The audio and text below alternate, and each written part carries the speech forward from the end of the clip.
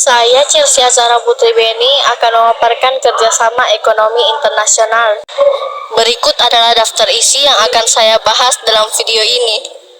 Indonesia bekerja sama dengan siapa saja? Indonesia menjalin kerjasama ekonomi dengan banyak negara di seluruh dunia, seperti Cina, Jepang, Amerika Serikat, dan lain-lain. Thailand juga salah satunya yang menjalin kerjasama seperti perdagangan, pariwisata, industri kreatif. Keuntungan dan kerugian yang didapati Indonesia. Keuntungannya adalah mendapatkan akses pasar yang lebih luas, memiliki peluang investasi, transfer teknologi, dan peningkatan kerjasama regional. Kerugiannya adalah persaingan dalam sektor tertentu, ketergantungan pada Thailand, perbedaan kebijakan dan regulasi, perbedaan budaya. Jenis-jenis kerjasama internasional dan dampaknya bagi perekonomian global. 1. Perdagangan bebas. Konsep perdagangan bebas telah ada sejak ribuan tahun yang lalu. Tetapi, pembentukan sistem perdagangan bebas yang lebih terstruktur dan komprehensif terjadi pada abad ke-19 dan seterusnya.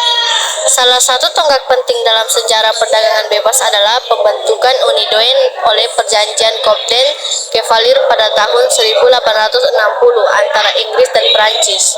Perjanjian ini mengurangi tarif impor antara kedua negara tersebut dan membuka jalan bagi peningkatan perdagangan bilateral.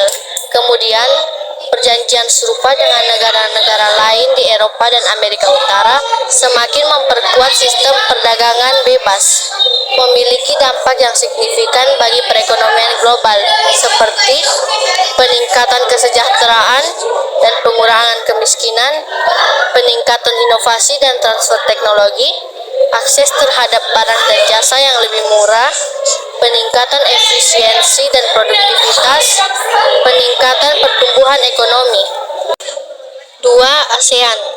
ASEAN atau Association of Southeast Asian Nations terbentuk pada 8 Agustus 1967 di Bangkok, Thailand. 5 negara pendiri menandatangani deklarasi Bangkok yang menjadi dasar pembentukan ASEAN. Perkembangan ASEAN tidak hanya terbatas pada aspek politik dan keamanan, tetapi juga meliputi kerjasama ekonomi, sosial, budaya, dan pembangunan. Memiliki dampak yang signifikan terhadap ekonomi global, yaitu pertumbuhan ekonomi yang cepat, pasar yang besar dan potensial, hubungan dagang yang intensif, investasi asing langsung. 3. OPEC. OPEC atau Organization of the Petroleum Exporting Countries terbentuk pada tanggal 14 September 1960.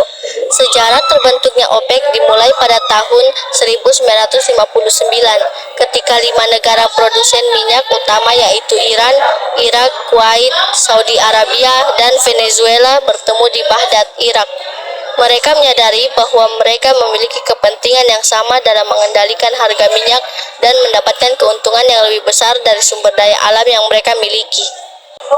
Indonesia pernah menjadi anggota OPEC, organisasi yang mengkoordinasikan kebijakan produksi minyak mentah di antara negara-negara produsen minyak.